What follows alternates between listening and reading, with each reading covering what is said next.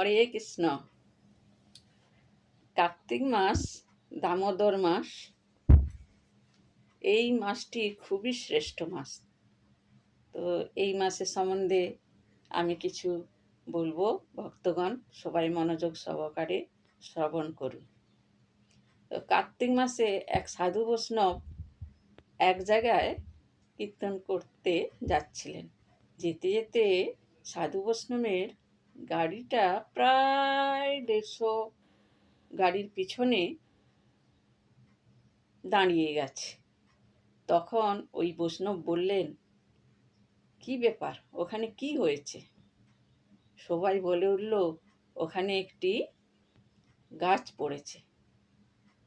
সাধু বললেন, এত লোক তোমরা, গাছটা সরাতে পারছো না? সবাই বলে উঠল, ওই গাছে হাত দেয়া যাবে না। কেন? ওই গাছটা সরকারি গাছ, ওই গাছে সরকারি নাম্বার আছে। ওই গাছে হাত দিলে জেল পর্যন্তও হয়ে যেতে পারে। তাহলে দেখুন, একটা সরকারি গাছে নাম্বার লেখার জন্য যদি 150 গাড়ি দাঁড়িয়ে পড়ে, তাহলে কারো যদি কপালে তিলক আর গলায় মালা থাকে, তাকে যমদূত এসে ছুঁতে পারবে না। হরি বল।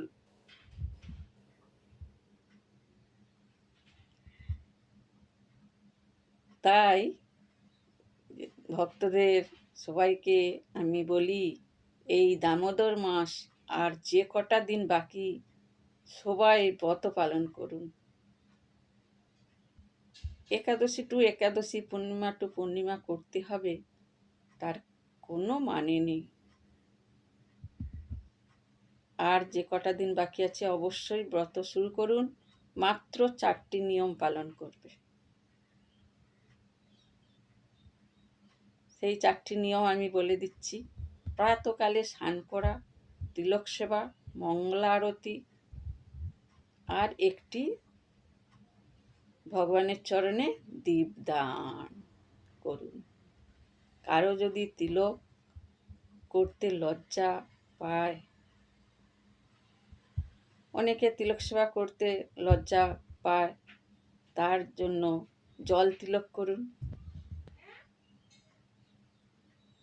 জল তিলক করলেও কোনো অসুবিধা নেই। কেশবায় নমঃ, মাধবায় নমঃ, গোবিন্দায় নমঃ। আর সবাই এই মাস নিরামিষ খান। আর কয়েকটি সবজি বর্জন করুন, যেমন পটল, বরবটি, শিম, বেগুন। এই 4টি সবজি বর্জন করলেই হবে। আর নিরামিষ খান।